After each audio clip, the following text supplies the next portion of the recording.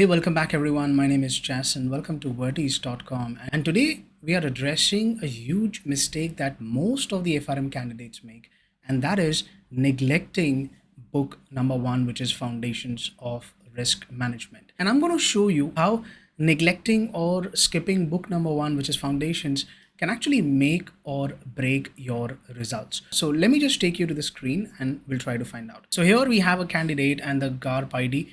And as you can see that in November 23, this candidate scored very less in Foundations of Risk Management. He had an assumption that if he's able to score well in the highest weightage, which is the FMP and the VRM, this is going to pass the FRM Part 1 exam. So he did good in financial markets and valuations, but still, if you look at his performance, it's a 2 quartile in both these subjects. As you can see that the very poor performance in the Foundations of Risk Management. Now this is exactly what I'm talking about, guys. So as you can see that, this was he was doing a self-study and he was just under the assumption that book 3 and book 4 has the highest weightage.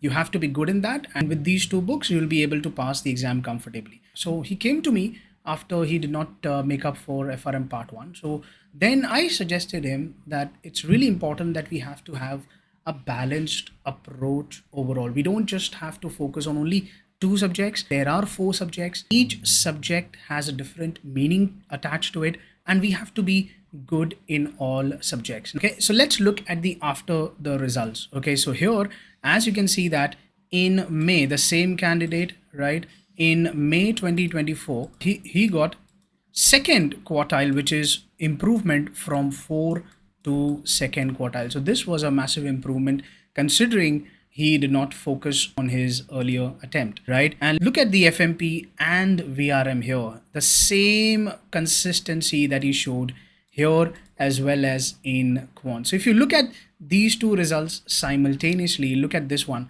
quants, this, and the latest one, which is the May 24 attempt that he gave. And when I guided him that, okay, what needs to be done, how needs to be done, that's how he actually improved that. So as you can see that, so obviously this is a pass and he passed in May and he's appearing for his FRM Part 2 in November. So as can be seen here is that definitely we have to have a balanced approach, and that led him to pass the exam. The main question is, how did that candidate do it? Well, when he came to me for coaching, first thing that I told him, I asked him that you go ahead, watch the entire video lectures for Foundations, not to skip even a single chapter. And secondly, he solved all the chapter wise quizzes. Yes, he did that for each and every single chapter.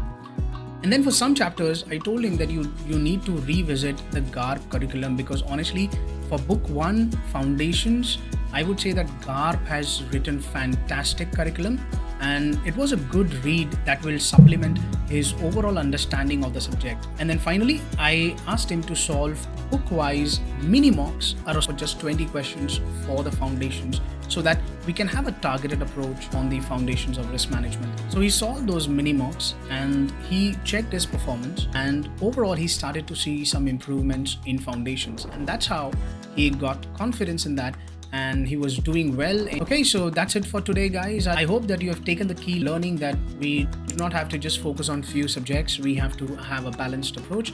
And with that being said, guys, if you're serious about passing your FRM Part 1, we provide coaching for both FRM Part 1 and Part 2, where we cover every book in detail. You can also check out our sample videos on our website. And as always, stay tuned to Vardeez for more FRM strategies and tips. Thank you.